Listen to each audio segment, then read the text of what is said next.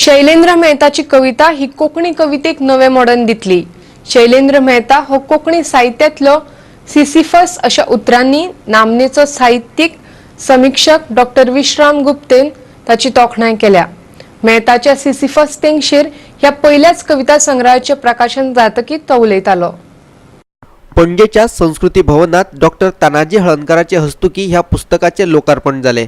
ह्या वेळार संजना पब्लिकेशनाचो दिनेश मणेरकार, कवी शैलेंद्र मेहता, चित्रकार विली गोयश, विश्राम गुप्ते आणि मुकेश थळी माचयेर हाजर आशिल्ले। विद्यार्थी दशेत असतना 1980 सावन खडेगाठ कविता बरोवपी शैलेंद्र मेहताचो हो पहिलोच कविता संग्रह सुमार 38 वर्सांनी उजवाडा आयला। डॉक्टर विश्राम गुप्ते हो कोकणी आणि मराठी साहित्यातलो नामनेचो समीक्षक। ताच्या मतान शैलेंद्राची कविता कोकणी साहित्याच्या पारंपरिक साच्यात बसना। कोकणी साहित्यातलो सिसिफस जावन समाजाभिमुख साहित्याचो फातर तो दुखलीत तेंगशेर वरीत आसा। शैलेंद्रची जी कविता आहे ती कोकणी कवितेच्या इतिहासामध्ये एक निश्चित असं एक टर्निंग पॉइंट आहे असं मला वाटतं। आता हे कसं तर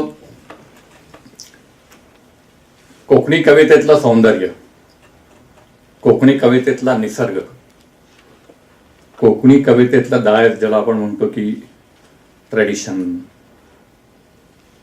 इथला पूर्ण कल्चरल इथॉस हा कोकणी कवितेमध्ये आपल्याला अनेक कवींनी अतिशय सुंदर पद्धतीने उलगडून दाखवलेला आहे।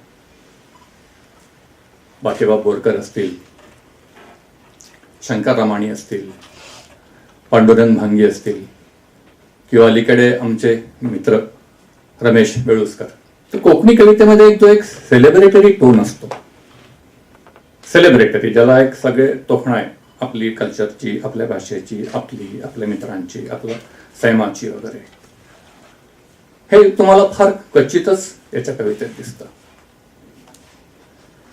तर कोकणी कवितेच्या या पूर्ण पर्स्पेक्टिव्ह मध्ये जर का शैलेंद्रची कविता आपल्याला बघायची असेल तर त्याला मी,